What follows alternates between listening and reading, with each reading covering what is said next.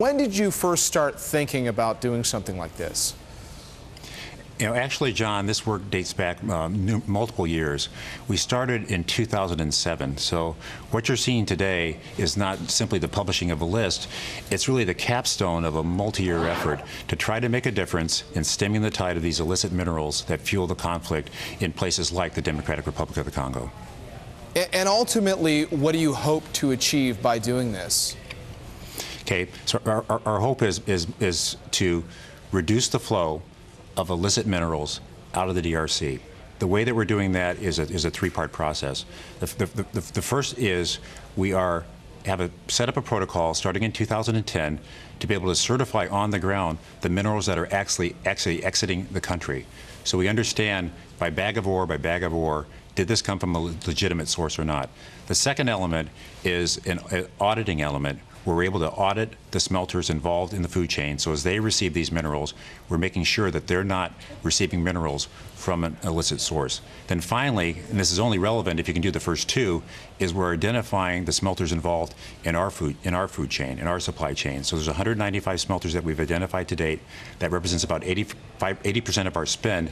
And those 195 smelters, we've identified them, and our objective is to get 100% of the smelters that we used to be certified to be using minerals that are traceable to be coming from legitimate sources. It sounds complicated. How complicated has it been? Well, to set up this protocol, because HP can't do this alone, we've been leading a multi-party, multi-company effort, again, over numerous years.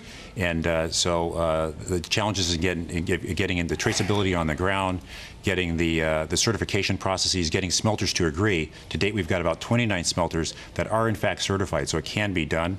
And then identifying the smelters has been a complicated process. But I think we're now at a tipping point to where we can trace the minerals, we can audit the smelters, we know what smelters are in our food chain. We're encouraging others to join us and to do the same and to pressure the smelters to only use minerals from legitimate sources.